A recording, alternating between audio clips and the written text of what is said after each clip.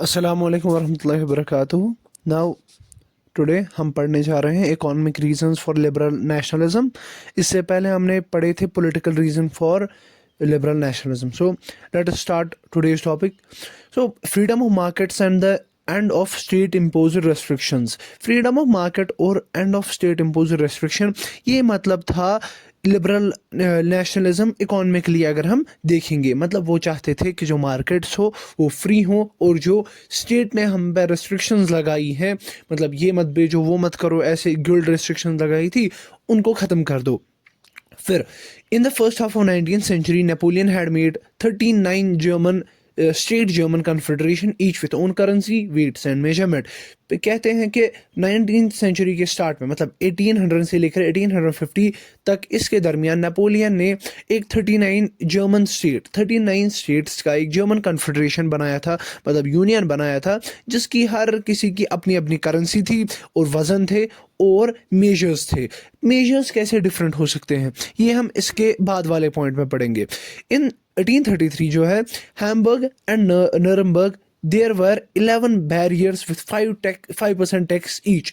मतलब हैम्बर्ग से अगर नरमबर्ग जाते तो 11 बैरियर्स होते थे, 11 जगह हमें टैक्स देना पड़ता था, और कितना, 5% टैक्स देना था। मतलब इन्फ्लेशन या एक चीज़ की प्राइस 5 into 11, मतलब 55 टाइम्स इंक्रीज होती अगर कोई भी चीज़ हैम्बर्ग से नरमबर्ग जाती। इसके बाद मेजरमेंट्स जो मैंने कहा था वो कैसे अलग थे। उस ज़माने में क्लोथ्स को LM मेजर किया जाता था, मतलब आज मीटर्स या कोई और सेंटीमीटर, उस वक्त LM किया जाता था।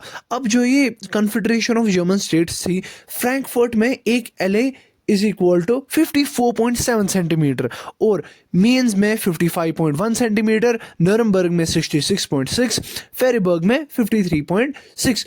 और ये बहुत ज़्यादा डिफरेंट थे, मतलब एक जगह पे 10 सेंटीमीटर ज़्यादा आता है, दूसरी जगह पे 10 सेंटीमीटर कम आता है।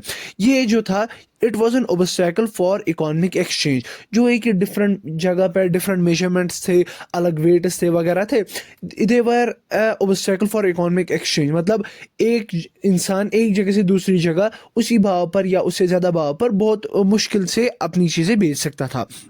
So, liberals argued for unified economic territory that is trade without tax। मतलब इसके बाद लिबरल्स ने कहा कि एक यूनिफाइड इकोनॉमिक टेरिटरी, जहाँ पे मतलब एक ही मेजर होगा, एक ही मतलब करेंसी होगी, और इक्वालिटी होगी हर किसी चीज़ की, और वहाँ पे ट्रेड जो हम करेंगे उस पर टैक्स बहुत कम लगेगा या लगेगा ही नहीं। मतलब जिस भाव पे हमने खरीदा उससे थोड़ा ज़्यादा भाव पे हम बेच सकते हैं, वैसा वो चाहते थे। और इसके बाद ज़ोल्वरीन जो है, इसके बाद ज़ोल्वरीन को बनाया गया। What is ज़ोल्वरीन? 1834 में एक कस्टम यूनियन बनाया गया, या ज़ोल्वरीन, जो कि प्रशिया ने बनाया विथ मोस्ट जर्मन स्टेट्स। एक कस्टम यूनियन या ज़ोल्वरीन से कहते हैं, ये वो जगह थी जहाँ पे टैरिफ बैरियर्स नहीं थे, जहाँ पे टैक्स नहीं था। ये वो एरिया था जहाँ पे टैक्स नहीं कटता था किसी भी चीज़ का। मतलब जो अगर मैंने यहाँ पे 100 रुपए की चीज़ लाई, अगर मैं दूसरी जगह पे जाऊँगा, वहाँ पे वो 110 के लिए बेच सकता हूँ, और मुझे कोई टैक्स नहीं देना पड़ेगा। बस मैं अपना प्रॉफिट बना सकता हूँ, मतलब हमें टैक्स वगैरह जमा नहीं करना पड़ेगा। और इसमें क्या था, टैरिफ बैरियर्स, जो एक जगह से दूसरी जगह जो बैरियर्स या टैक्स कलेक्टर्स आते थे, वो ख़त्म किए गए। Reduced currencies from 30 to 2 currencies, वहाँ पर 30 थी और अब 2 रखी गई टोटल करेंसीज। और इसके बाद रेलवेज बनाई गई, जिससे मोबिलिटी इंक्रीज होगी, मतलब एक जगह से दूसरी जगह हम चीज़ आसानी से और बहुत तेज़ी से ले सकते हैं। सो A wave of economic nationalist sentiments strengthened the wider nationalist sentiments growing at the time।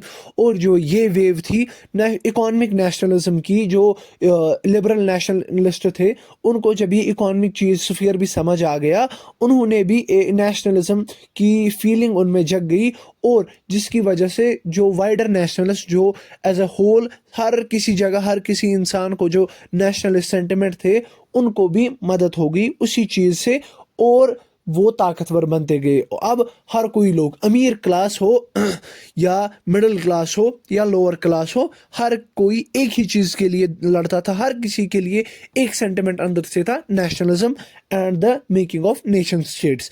और इसके बाद किसी और दिन पढ़ेंगे, कल या परसों इंशाल्लाह। बस थैंक यू, तब तक सब्सक्राइब कीजिए, लाइक कीजिए और शेयर कीजिए अपने यारों दोस्तों के साथ। बाय।